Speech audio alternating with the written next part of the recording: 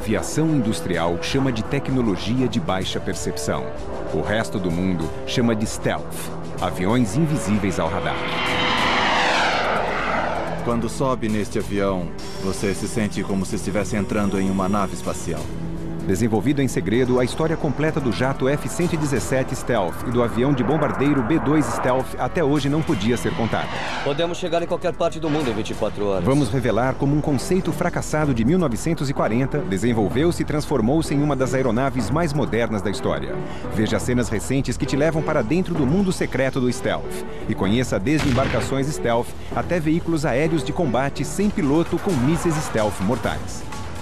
Não ia querer um desses atrás de você. É um péssimo inimigo. Não pode ser detido. As informações foram liberadas. Você vai conhecer tudo de perto. Os segredos do Stealth.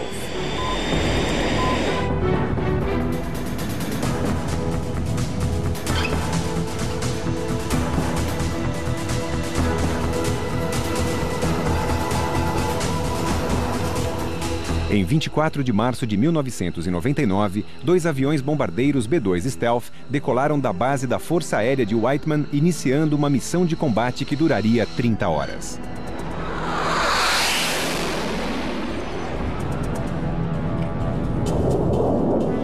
Cruzando o Atlântico, eles voam sem escalas para o outro lado do globo e lançam 32 munições com alvos pré-determinados contra as forças sérvias que tinham invadido Kosovo. Foi inacreditável se preparar para uma missão de combate que ia se iniciar no meio da América, no Missouri, e 15 horas mais tarde, minha aeronave estava preparada para lançar uma grande quantidade de bombas. Quase 23 metros. A caminho do país, eu estava esperando ver caças se aproximando. Eu esperava ser bombardeado por eles. Eu esperava ver muita coisa. Eu não vi nenhum caça se aproximando naquela noite. Ninguém veio atrás de nós. Eles só souberam que estávamos lá quando lançamos nossas bombas. Podemos chegar a qualquer parte do mundo em 24 horas. E depois do modo como o avião sobrevoou Kosovo, todos ficaram sabendo disso também. E acho que isso ficou na cabeça de todo o mundo. Se os Estados Unidos quiserem te tocar, eles podem fazer isso. O mundo tinha visto uma demonstração similar ao poder de um stealth quase uma década antes, quando os falcões noturnos F-117, ou jatos negros, massacraram Bagdá em janeiro de 1991. Os jatos Stealth destruíram toda a infraestrutura da cidade, que até então era uma das mais bem defendidas de todo o planeta. E depois desapareceram no meio da noite sem deixar nenhum rastro. Vimos o sistema de telefonia acabar. Vimos a energia elétrica acabar. Sabíamos que os aviões já tinham sobrevoado a área. E adivinha só, esse pessoal ainda estava atirando. Isso significa que eles estavam atirando no escuro. Eles não viram quando os aviões chegaram e não os viram mais tarde. Os Stealth tinham atacado duramente a cidade de Bagdá.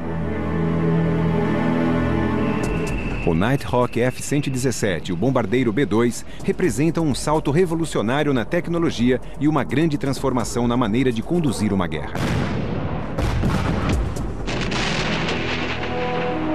Mas a história por trás desta incrível aeronave, como a sua existência foi camuflada como um segredo guardado a 7 chaves por mais de 10 anos, é tão dramática e fascinante quanto os próprios aviões. Meu chefe me chamou um dia. Ele disse: quer pilotar aeronaves? E eu disse: sim, senhor. E ele disse: vai ficar muito tempo longe de casa e não vai poder dizer nada para sua família. E eu só vou te contar quando chegar aqui. Essas são as condições. Quer o trabalho ou não? Stealth, ou tecnologia de baixa percepção, foi criado no conhecido Programa Negro. Um programa tão secreto que sua existência não era reconhecida e até negada pelo governo. Poucas pessoas na Força Aérea ficaram sabendo do programa. Nós não queríamos que nossos adversários, ou possíveis adversários na época, soubessem que tínhamos essa capacidade de esconder uma aeronave do sistema de radar. Eu estava pilotando uma missão teste, um F-15, e eu vi uma aeronave muito rara que passou voando. E o controlador disse: gostou? E eu disse: sim, o que era aquilo? E ele disse: temos uma papelada para preencher quando pousar. Eles fizeram um trabalho muito bom mantendo o Programa Negro em segredo por quase 10 anos e realmente protegeram a tecnologia e permitiram que mantivéssemos a liderança da qual usufruímos ainda hoje, em se tratando de tecnologia de baixa percepção.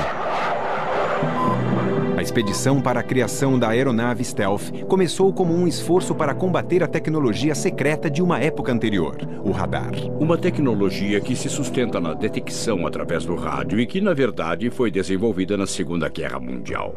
Um radar, na verdade, trabalha transmitindo um sinal numa direção. E esse sinal que foi transmitido atinge um alvo, reflete o alvo e então o reflexo volta para o radar. E o receptor, então, captura esse sinal refletido. O tamanho aproximado ou a forma de um objeto detectado pelo radar chama-se RCS, ou corte transversal do radar. A forma e as emissões eletrônicas de uma aeronave contribuem muito para a aquisição do RCS, assim como o seu tamanho. O radar é capaz de apontar a direção, a distância e a velocidade de um objeto. Se você estiver dentro da aeronave captada, prepare-se então para o pior. Durante os anos 70, a União Soviética começou um processo de grande desenvolvimento militar, incluindo a criação do maior e mais sofisticado sistema de defesa aérea por radar do mundo. Você tem que voltar atrás na época em que ainda estávamos na Guerra Fria e ainda tínhamos a necessidade de penetrar no espaço aéreo soviético com nossos bombardeiros. Se os militares soviéticos acreditassem que estavam invulneráveis a um ataque aéreo, isto poderia desestabilizar o equilíbrio de poderes preservado de forma intranquila entre as duas superpotências por quase 30 anos. A Força Aérea Americana precisava de uma solução e deixou este encargo para uma agência científica dentro do Pentágono. A Agência de Projetos de Pesquisa avançava sobre defesa. Juntos, eles iniciaram um programa para o desenvolvimento de uma aeronave de ataque que dificilmente seria detectada pelos radares. Em agosto de 1975, 2 projetistas de aeronaves, Lockheed e Northrop, foram convidados para desenvolver modelos de teste de uma aeronave de ataque com o menor corte transversal possível.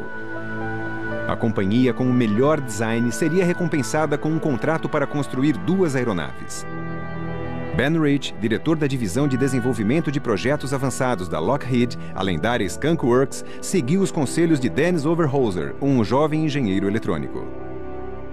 Eu fui apresentado para esse homem e ele me perguntou como eu faria uma coisa ficar invisível. E foi aí que eu disse para ele que faria superfícies achatadas e inclinadas com bordas dobradas.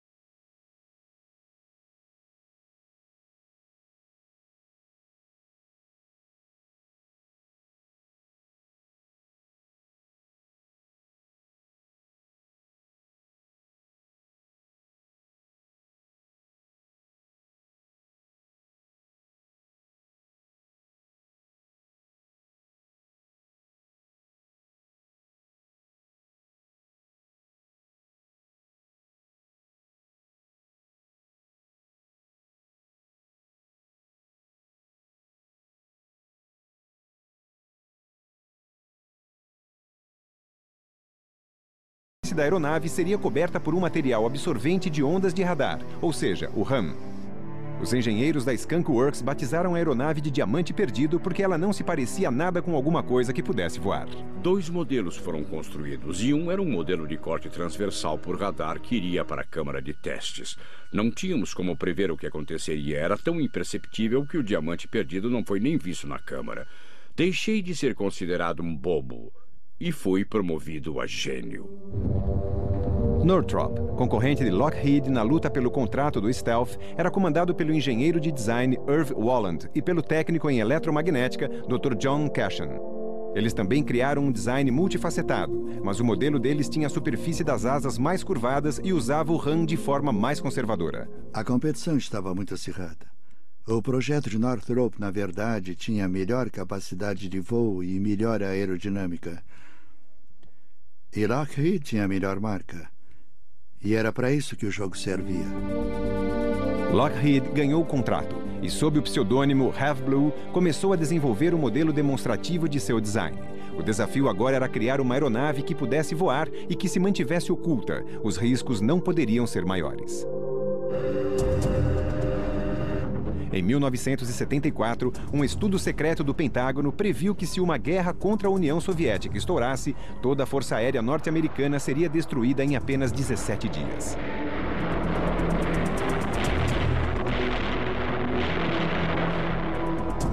Para a Força Aérea norte-americana, a tecnologia stealth era a última esperança.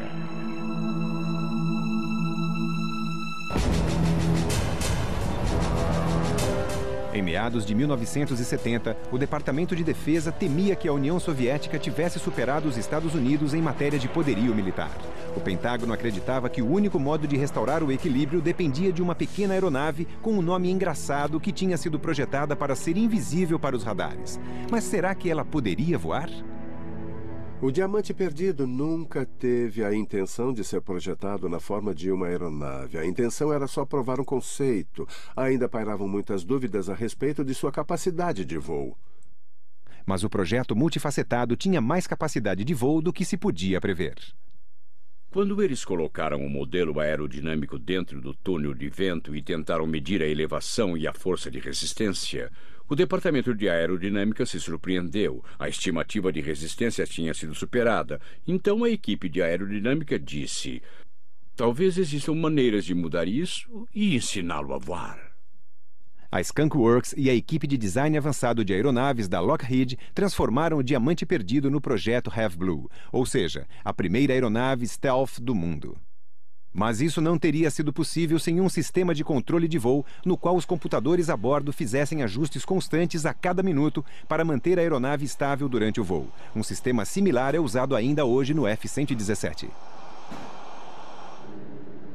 A Skunk Works teve que resolver muitos outros problemas complexos para fazer uma aeronave que pudesse voar tão oculta quanto o modelo original de Overholser. Não sabíamos se seríamos capazes de inventar componentes que seriam funcionais e que ao mesmo tempo mantivessem os níveis de ocultação que todos os componentes deveriam ter. Todos os componentes internos, o teto de vidro do piloto, todo o sistema de ar, todos esses componentes diferentes tiveram que ser literalmente inventados. Para evitar que a energia do radar refletisse de volta para sua fonte, era essencial que o avião não tivesse margens retas formando ângulos retos. Assim, os compartimentos de armar foram feitos com margens serrilhadas, bem como o trem de pouso e o compartimento do piloto. Se você olhar para o compartimento do piloto do 117, verá que ele abre e fecha perpendicularmente à linha de voo. Com isso, a energia do radar, que é refletida no compartimento, se parte e volta diretamente para o radar, e não pode ser assim. Então, os dentes cerrados quebram essa linha reta e o retorno de energia para o radar deixa de ser tão amplo. Outros equipamentos do stealth também foram adaptados, incluindo a cauda, que tem um sistema de resfriamento e liberação de gases para minimizar a detecção por raios infravermelhos. Uma das superfícies mais refletivas de um jato são as turbinas espiraladas de seu motor. Um dos maiores problemas com o projeto do stealth são os componentes internos do motor. E basicamente o que fizemos foi construir uma rede cheia de buracos, e os buracos permitem que o ar corra através do motor. E já que os buracos são muito pequenos, as longas ondas do radar não conseguem viajar por esses tubos. Finalmente, em 1º de dezembro de 1977, o piloto de teste Bill Park cortou o céu com o stealth. A demonstração da aeronave da Have Blue voou perfeitamente. Mas o mais importante de tudo é que ela era quase invisível para o radar. Foi um feito surpreendente realizado pela Skunk Works. Em novembro, a Força Aérea deu ordens para desenvolver uma versão militar em escala completa da aeronave, que foi chamada de F-117. Seria o primeiro avião desde o início dos anos 50 sem sistema de radar a bordo, pois mesmo um sistema inativo poderia ser detectado pelo radar dos inimigos. Então o F-117 seria construído com um sistema de armas teleguiadas a laser projetado para lançar bombas inteligentes dentro de um espaço previamente determinado, com pouca margem de erro para atingir o alvo. A característica básica destas armas teleguiadas é o poder de determinar um alvo no chão através do laser. A arma colhe a energia refletida do laser. Assim, depois que lançou a arma, o avião pode ir embora e continuar a missão de voo. E a arma, por conta própria, se dirige para o ponto designado a laser. O primeiro F-117 foi pintado com um motivo de camuflagem que tinha sido planejado para esconder sua superfície única à dos olhos curiosos dos satélites espiões dos soviéticos. Em 18 de junho de 1981, o F-117 fez seu voo inaugural em um ponto remoto do deserto no oeste dos Estados Unidos.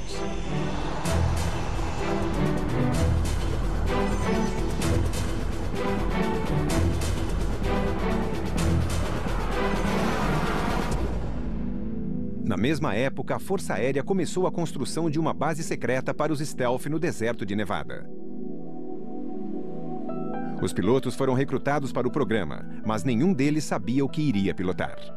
Na época em que fui recrutado, eu sabia que alguma coisa estava acontecendo. Quando somos enviados para um lugar tão remoto, isolado e secreto como Tonopah era naquela época, é porque alguma coisa importante está acontecendo, então só podia ser um avião novo ou uma espaçonave. A lembrança de quando vi a aeronave pela primeira vez ficou gravada em minha memória. Entramos em um hangar e ouvimos a porta ser fechada e trancada atrás de nós. E então alguém acendeu a luz. Duas imagens que nunca vou esquecer apareceram na minha frente. Um grande jato que tinha um formato esquisito, mas obviamente era um jato. E a bandeira norte-americana, vermelha, branca e azul, pendurada sobre ele.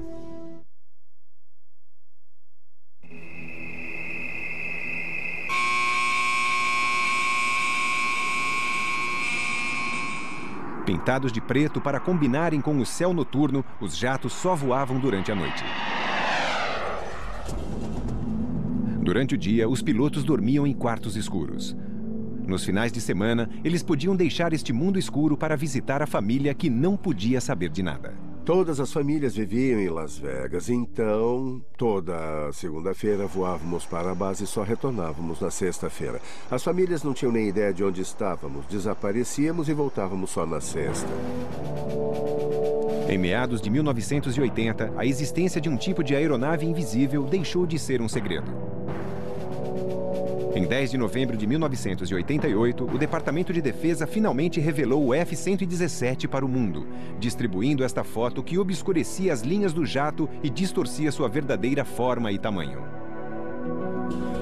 Quando a aeronave pôde voar livremente, isso permitiu que fizéssemos muitas coisas que não podiam ser feitas em segredo. Quando o resto do nosso pessoal soube da nossa existência e pudemos conversar com eles sobre algumas das nossas habilidades, nos integramos ao resto das Forças Aéreas de Combate. Mas a pergunta óbvia que rondava a mente de todos era: será que realmente funciona? Apesar da aeronave ter conseguido um desempenho espetacular em testes, ainda não tinha sido provada em combate. Mas isso em breve iria mudar, depois dos eventos de 2 de agosto de 1990. 130 mil soldados iraquianos atacaram a capital do Kuwait, instalando um governo provisório no país economicamente tão forte. Os Estados Unidos condenaram o ataque e pediram para as tropas iraquianas baterem em retirada, deixando o Kuwait imediatamente. O poderoso homem do Iraque, Saddam Hussein, estava comandando o Kuwait. O Iraque agora ameaçava a Arábia Saudita e controlava mais da metade das reservas de petróleo do mundo. Os sauditas acreditavam que o próximo passo de Hussein seria invadir seu reino e pedir para os Estados Unidos liderarem a coalizão. Os jatos negros do 37º Comando Tático foram rapidamente deslocados para o Oriente Médio.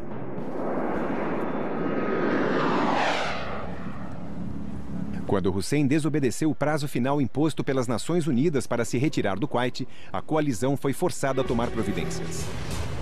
Mas uma impenetrável e aparente cobertura com mais de 4.000 armas, radares teleguiados e mísseis aéreos protegiam Bagdá. Os iraquianos acreditavam que estavam prontos para se defender de qualquer coisa que a coalizão atirasse sobre eles.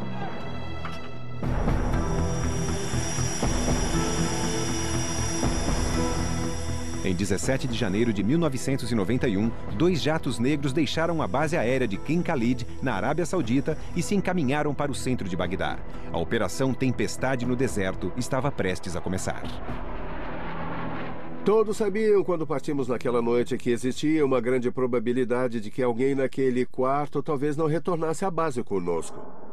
Sem carregar armas de defesa, os F-117 só contavam com sua invisibilidade e com os planos da missão. Stealth, na verdade, não significa invisibilidade. Tínhamos que levar isso em conta. E nossas táticas e nossos planos de ação eram aqueles que já tínhamos.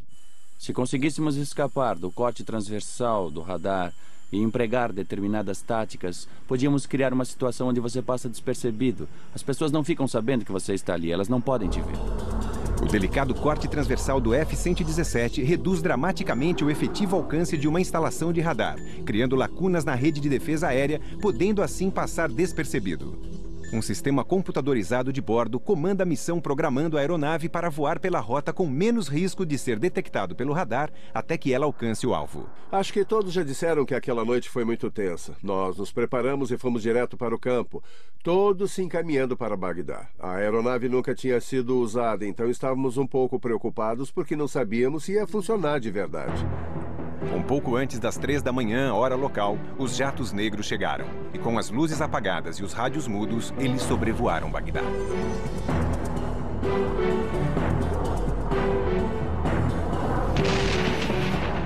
Nada mudou, David. Todas as luzes da cidade de Bagdá agora estão apagadas. Pelo menos até onde conseguimos ver. Meu colega Bernard Shaw está comigo enquanto observamos essa cidade que agora está às escuras e está completamente negra. Em poucos minutos, os centros de comando, o sistema de comunicação e de energia elétrica tinham sido destruídos, sendo quase impossível para os iraquianos elaborar um plano de contra-ataque. Não queríamos machucar os civis, não queríamos destruir as indústrias e a economia que não fazem parte da máquina de guerra. Não era isso que tentávamos fazer. O que estávamos tentando fazer era agir rapidamente e atacar profundamente com o máximo de força que conseguíssemos, para ter a certeza de que eliminaríamos um adversário de guerra sem causar muitos prejuízos secundários. Apenas 40 dias depois da Operação Ataque no Deserto, a guerra acabou. Graças à eficiência dessas aeronaves que os sauditas apelidaram de Chama, fantasma em árabe. Apesar de serem 43 F-117 designados para a Guerra do Golfo, eles só representavam 2,5% de toda a coalizão da Força Aérea e, ainda assim, destruíram mais de 40% dos alvos estratégicos durante a guerra. Os jatos negros fizeram quase 1.300 missões sem sofrerem nenhum arranhão. A performance dos F-117 na Guerra do Golfo superou muito todas as nossas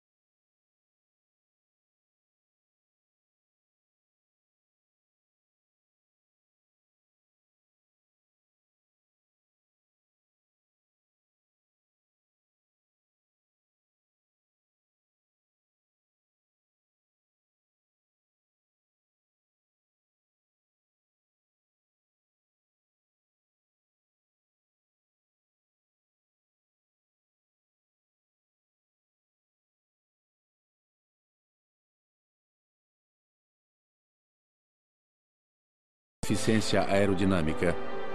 E realmente nada pode ser melhor do que este design. Northrop já tinha tradição no desenvolvimento deste conceito de asas. Muitos anos antes, o fundador da companhia, Jack Northrop, já tinha trabalhado em projetos para uma aeronave como esta. Durante a Segunda Guerra Mundial, ele construiu o XV-35, um bombardeiro impressionante com 4 motores. Depois da guerra, Northrop trocou o suporte e colocou 8 turbojatos. E passou a chamar a aeronave de YV-49. Mas testes de voo revelaram problemas de estabilidade que não poderiam ser corrigidos antes do advento da tecnologia de pilotagem de aeronaves por computador. A Força Aérea cancelou o programa em 1949 e ordenou que as últimas 11 carcaças fossem destruídas e vendidas para o ferro velho. Desiludido, Jack Northrop pediu demissão da companhia e abandonou totalmente a indústria de navegação aérea.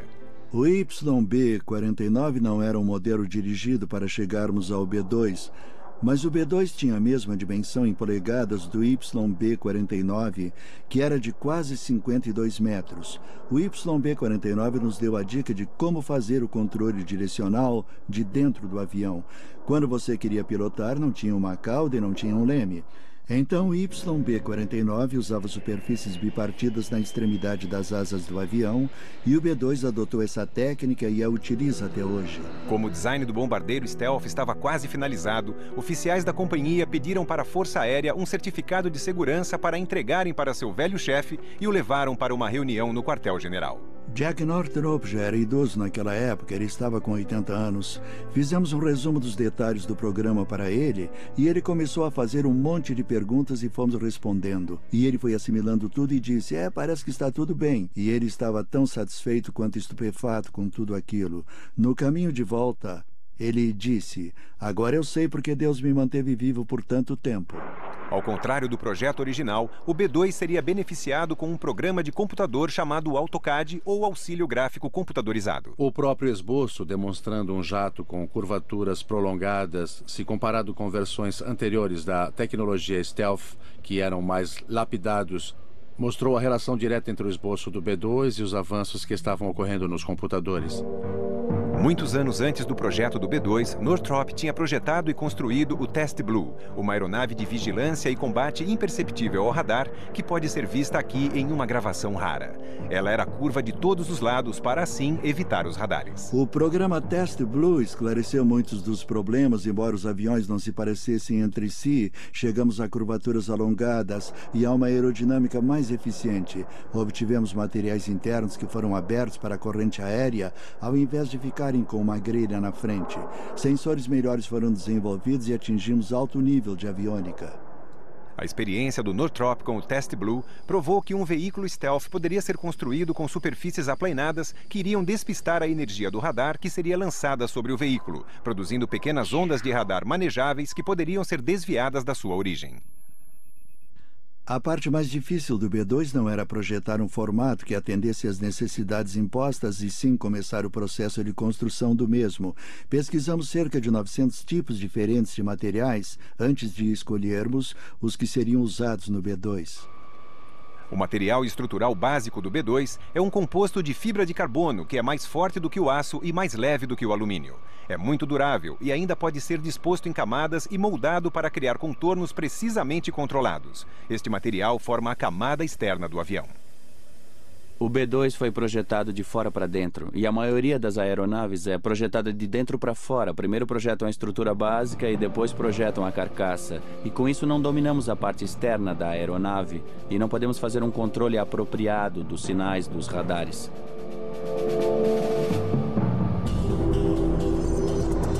Diferente do F-117, o B-2 exigia um radar para identificar sinais de perigo e possíveis alvos em todas as condições climáticas e em grandes altitudes. Mas impedir que emissões de radares revelassem a posição do B-2 para um inimigo era um desafio enorme. O modo que descobrimos de fazer isso foi controlando duramente as emissões, limitando tudo o que transmitíamos de dentro da aeronave, ou seja, informações sobre onde estávamos, como chegamos até lá e quanto tempo íamos permanecer. Assim, ninguém poderia rastrear as emissões que retornavam para a aeronave e não conseguiriam descobrir a localização da mesma. Mas como fazemos isso é confidencial. Muitas pessoas referem-se ao B-2 como a milésima invenção aérea em construção. E pensar nisso é como se inventássemos alguma coisa todos os dias, ou pelo menos toda semana. Sempre tem uma nova tecnologia que tem que ser desenvolvida, ou um novo material. Coisas que não existiam antes, e tudo tinha que estar em harmonia para fazer esta aeronave voar. O B-2 é mesmo o mais avançado bombardeiro tecnológico que existe. Tem capacidade de voar 9.600 quilômetros sem abastecer e possui uma enorme capacidade de armazenamento de munição que pode ser direcionada para o alvo através de satélites de posicionamento global. É uma plataforma impressionante de lançamento de armas. O B-2 foi originalmente projetado para garantir um retrocesso nuclear. Ele tem uma tremenda capacidade de fogo. Ele pode chegar e destruir toda a infraestrutura de um país. Por isso que sua habilidade de combate não só é reduzida, como também, na maioria dos casos, destruída. Como em um avião supercomputadorizado, um sistema eletrônico estabiliza constantemente a aeronave. O B-2 carrega 168 computadores de bordo que garantem que tudo funcione bem no avião. Mesmo que a gente esteja voando sem fazer grandes manobras, o controle de voo equilibra os comandos para manter o voo, porque sem os computadores o avião não voaria, pois é aerodinamicamente instável. Como o F-117, o B-2 tinha sido desenvolvido em segredo. Em 22 de novembro de 1988, 2 semanas depois do avião de guerra Stealth ser revelado, Northrop mostrou o B-2 em sua fábrica, localizada em Palmdale, na Califórnia. Eu fui treinado para ser um engenheiro da aeronáutica e a visão daquela aeronave tão moderna me deixou estupefato na primeira vez que a vi. Eu pensei, como é que eles vão superar os obstáculos, as leis da aerodinâmica que eles têm que superar para colocar essa aeronave no ar? Eu não acreditava que conseguiriam até o dia que voou. E isto aconteceu 8 meses depois, em 17 de julho de 1989.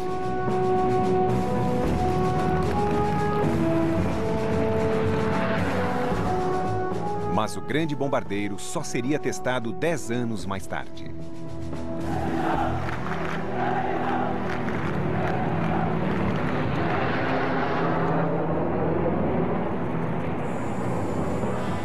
Depois de anos de desenvolvimento, o B-2 estava pronto para o combate. Apesar de ser a última palavra em termos de tecnologia avançada, ninguém tinha certeza de como o bombardeiro Stealth ia se comportar em uma batalha. Em 1989, ávido por poder, o presidente da Iugoslávia, Slobodan Milošević, revogou a autonomia da província sérvia de Kosovo. Séculos de ódio entre sérvios e albaneses racistas vieram à tona e estas hostilidades foram um estopim que rapidamente detonou um campo de guerra. Por quase 10 anos, pessoas do mundo todo procuraram ajudar como podiam, enquanto as tropas sérvias queimavam aldeias, tiravam as pessoas de seus lares e cometiam crimes indescritíveis contra a humanidade. Em março de 1999, quando Milošević rejeitou o pedido de paz feito pela OTAN, mantendo suas tropas na área, os Estados Unidos e a Europa iniciaram a Operação Forças Aliadas e tinham a arma perfeita para o trabalho, o B-2. Esta aeronave é perfeita para um bombardeio estratégico. Ela faz o que nenhuma outra pode fazer, mesmo que não tenhamos uma base para pousar e que nossos aliados se recusem a receber nossas forças em seu solo. Nós podemos sair daqui e atravessar a defesa aérea dos inimigos, lançar nossas armas e voltarmos para casa em segurança. O B-2 é muito mais poderoso. Um exemplo perfeito disso é que, até 10 anos atrás, costumávamos enviar diversas aeronaves para atacar um só alvo, e agora podemos enviar o B-2 para atacar 16 alvos diferentes e jogar todas as nossas munições com precisão onde quer que estejam estes alvos. O B-2 possui os explosivos e o poder de destruição de 8 F-16. Então, quando você se dá conta que está dentro deste avião com poder de fogo equivalente a 8 F-16, é realmente incrível. Assim como o F-117, o B-2 não carrega armas defensivas e conta totalmente com sua invisibilidade e com o planejamento da missão. A tensão era muito grande e eu disse para a equipe, aqui está o plano. Ainda não foi testado em combate, mas foi preparado para isso. E já o pilotamos de diversas maneiras e lançamos muitas bombas. E temos certeza de que tudo vai funcionar muito bem. Podem ir.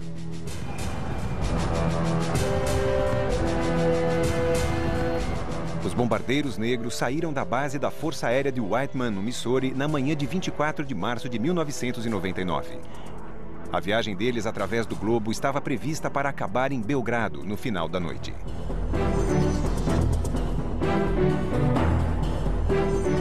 O B-2 gosta de sair à noite enquanto as pessoas estão dormindo. Adoramos tempo ruim e ninguém gosta disso. Então, o B-2 fez com que todo um comportamento, toda uma atitude mudasse e assim não damos mais nenhuma hora de trégua para o inimigo. O GPS, ou Sistema de Posicionamento Global por Satélite, dá ao B-2 a habilidade de lançar suas bombas a despeito das nuvens, da neblina ou da escuridão. Nós atingimos tudo o que nos pediram para atingir. Nossa precisão foi impressionante. E até onde sabemos, toda vez que aparecíamos, ninguém sabia que estávamos lá. Então, eles estavam tentando compreender como estas coisas estavam explodindo. Eles não entendiam o porquê. Durante as missões de 30 horas, os 2 membros da equipe se revezam para dormir em uma cadeira de $8 montada no chão do cockpit do jato de $2 bilhões. Por causa de seu alcance surpreendente, o B-2 só precisava reabastecer 2 vezes em cada direção. Não há dúvida de que o poder incansável e surpreendente do B-2 durante os 79 dias de campanha aérea ajudou a forçar a rendição de Slobodan Milošević e a retirada das tropas sérvias de Kosovo. Foi a mais dramática e mais bem-sucedida estreia de um novo sistema já ocorrido. Com 33% de alvos destruídos, 97% das armas atingiram o alvo com precisão. Esses números são difíceis de serem superados, mas o B-2 estava pronto para superá-los na sua primeira missão.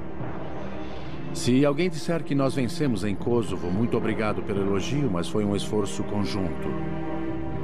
Acho que nenhum sistema pode levar o crédito sob a vitória completa. Nós fomos encarregados e fizemos o nosso trabalho. Toda vez que ordenavam que decolássemos, a aeronave decolava na hora certa. Quando era para se encaminhar para o alvo, nós atacávamos o alvo. A segurança do sistema de armas era muito alta. Outros grandes colaboradores que ajudaram no sucesso das operações das Forças Aliadas foram os jatos negros do 49º Regimento dos Aviões de Guerra. Na minha opinião pessoal, o F-117 atuou na Sérvia tão bem quanto durante o ataque na Guerra do Golfo. Tanto o avião de guerra stealth quanto o bombardeiro stealth têm suas próprias funções. Não podemos chegar nem perto do B-2 em termos de alcance e capacidade de carga. Por outro lado, temos melhor formação de combate. Podemos pilotar os aviões com mais frequência e gerar mais distribuição de armas dessa maneira. Embora as bombas teleguiadas do B-2 atinjam o alvo com precisão de poucos metros, a precisão de lançamento das armas guiadas a laser do F-117 pode ser calculada em centímetros. O F-117 é o único avião de guerra que possui a precisão de atingir uma janela ou até mesmo uma chaminé. Se tal tecnologia como a do F-117 e do B-2 era inimaginável alguns anos atrás, que tipo de aeronaves exóticas imperceptíveis podemos esperar para ver nos céus no futuro?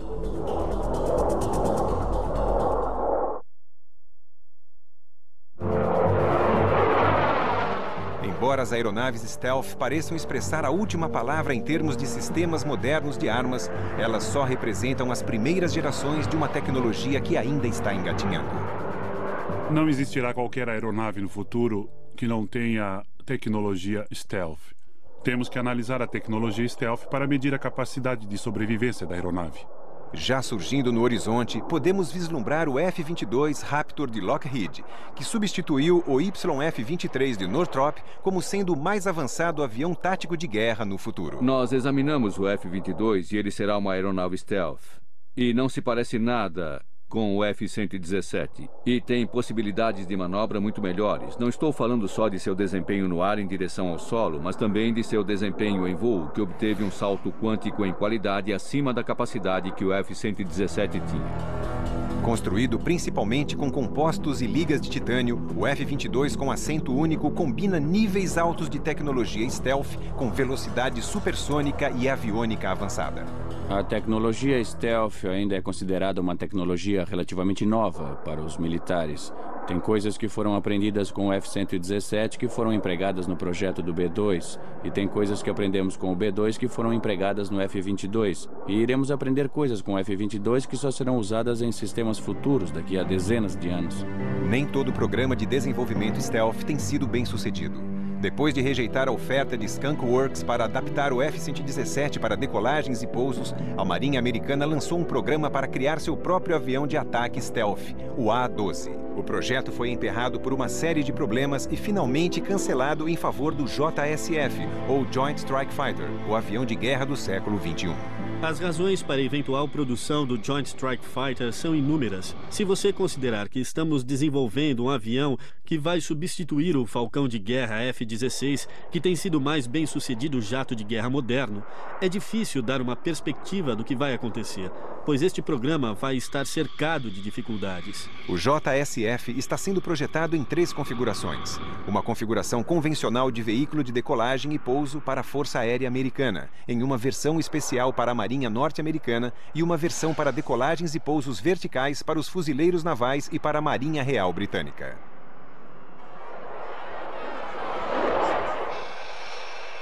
As necessidades que temos nas guerras de hoje são muito diferentes das que tínhamos 10, 20 ou 30 anos atrás, porque no ambiente de hoje em dia existe tolerância zero para as perdas e tolerância zero para prejuízos secundários. E se tomar como exemplo um modelo como o JSF, verá que ele foi construído para as guerras do futuro. Aviões invisíveis exigem armas invisíveis, como as armas da nova geração de mísseis cruzadores, que são tão imperceptíveis que só podem ser detectadas quando estão em cima de seus alvos. O mais recente míssil stealth é o Jasmine, que representa a última palavra em tecnologia. E o Jasmine pode ser lançado a uma longa distância da área do alvo e mesmo assim ele atinge seu objetivo. Não ia querer um desses atrás de você. É um péssimo inimigo. Não pode ser detido. O potencial futuro dessa invisibilidade pode ser compreendido melhor através dos veículos de combate aéreo não tripulados. Versões stealth dessas aeronaves de reconhecimento já estão em uso hoje. Veículo de combate aéreo não tripulado é um veículo que vai mais a fundo dentro do território inimigo e ele fica lá por um período de tempo. Ele irá inspecionar, pesquisar e destruir um alvo no solo. Um veículo de combate aéreo não tripulado seria capaz de carregar o dobro de munições que um avião de guerra poderia suportar. E custaria muito menos para ser produzido, desde que não fosse necessário equipá-lo com controles ativados por piloto e nem com sistemas de segurança. A performance destes veículos de combate aéreo também não precisaria estar restrita aos limites da fisiologia humana. E o melhor de tudo é que evitaria que qualquer pessoa fosse ferida em seu trajeto. O veículo de combate aéreo não tripulado da Boeing, o X-45, foi projetado para atacar as defesas aéreas do inimigo a uma curta distância do alvo. Totalmente robotizadas, essas máquinas atacariam o alvo em um grupo de 4 aeronaves. As informações seriam passadas por GPS, que ajudariam a direcioná-las direto para seus alvos. Nos dias de hoje, estamos procurando reduzir ao máximo a perda de vidas e o risco de avarias. E com isso, estaríamos principalmente arriscando as máquinas a serviço da nação, ao invés de colocarmos em risco a vida de um ser humano. O Pegasus da Northrop Grumman é a pedra fundamental de um programa naval para explorar a possibilidade de lançamento e recuperação de veículos de combate aéreo. A aeronave stealth em formato de pipa possui um só motor a jato sobreposto na estrutura e um elo de dados de voo para se comunicar com o solo, com o controle aéreo e talvez até com uma outra aeronave. Mas veículos de combate aéreo e stealth talvez não sejam os únicos fatores que proporcionarão futuras aeronaves de combate com cortes tão precisos. No passado, os pilotos da Força Aérea voavam bem alto e bem rápido para sobreviverem. E quando olhamos para o futuro, combinando velocidade com invisibilidade, acho que estamos diante de um desafio muito atraente. O bombardeiro do futuro talvez seja um veículo furtivo literalmente muito rápido para ser abatido. Quando projetamos esta nova geração de veículos com capacidade global de ataque para a Força Aérea dos Estados Unidos, nós tomamos o B-2 como exemplo, mas com uma capacidade de carga maior. Um B-2 com maior alcance e com um sistema que pode viajar 3 vezes mais rápido. A tecnologia stealth também pode nos fornecer naves que podem desaparecer na água com a mesma facilidade que o B-2 e o F-117 desaparecem no ar. O Sea Shadow é um demonstrador tecnológico e as demonstrações não se resumem somente à invisibilidade, e sim por ser uma embarcação totalmente automatizada. Construído em segredo total por Lockheed para a Marinha, o Sea Shadow apoia-se em um par de flutuadores submersos, permitindo que as laterais da embarcação inclinem para dentro em um ângulo extremo. Este design não só desvia os radares, como também reduz a visibilidade e posiciona o sistema de propulsão muito acima do nível da água, tornando-a difícil de ser identificada através de um sonar. Temos que continuar em busca de novas tecnologias e não ficarmos dependentes das que já existem. Se considerarmos os futuros ambientes de combate, teremos que progredir e aperfeiçoar o que já foi feito no passado, porque o inimigo vai estar melhor preparado para nos combater. Como a tecnologia stealth vai se desenvolver, é um elemento essencial para as guerras do futuro. Ela será incorporada no design de cada autoconceito de sistema de armas, real ou imaginário. É por isso que as pesquisas continuarão, assim como continuarão as pesquisas para combatê-la. A ciência da guerra diz que para cada nova arma desenvolvida, uma é criada para combater. E aí você tem que criar uma arma para combater esta outra. Então eu penso que provavelmente há pessoas lá fora tentando compreender como derrotar a tecnologia stealth. Não existe mais ninguém no mundo que tenha a capacidade que nós temos com os stealth. E acho que eles estão tentando descobrir como é que nós conseguimos fazer isso. Nós não queremos ficar no mesmo plano de qualquer inimigo em potencial que esteja por aí. Queremos estar 2 ou 3 passos na frente. Se você consegue ser tão bom a ponto de ninguém querer te desafiar, você não vai precisar lutar. Isso é muito melhor do que lutar. Porque ninguém odeia mais as guerras que os próprios guerreiros. Se vamos mandar homens e mulheres norte-americanos, nossos filhos e nossas filhas para combaterem, nós temos que tomar conta deles. E se vamos colocá-los em caminhos perigosos, precisamos trazê-los de volta para casa. Ou pelo menos dar a eles maiores chances de poderem voltar para casa. Não há dúvidas de que a ciência da tecnologia stealth vai continuar a desenvolver-se. E o domínio desta tecnologia pode ser a chave para a vitória sobre os campos de batalha no futuro. Versão brasileira Vox Mundi.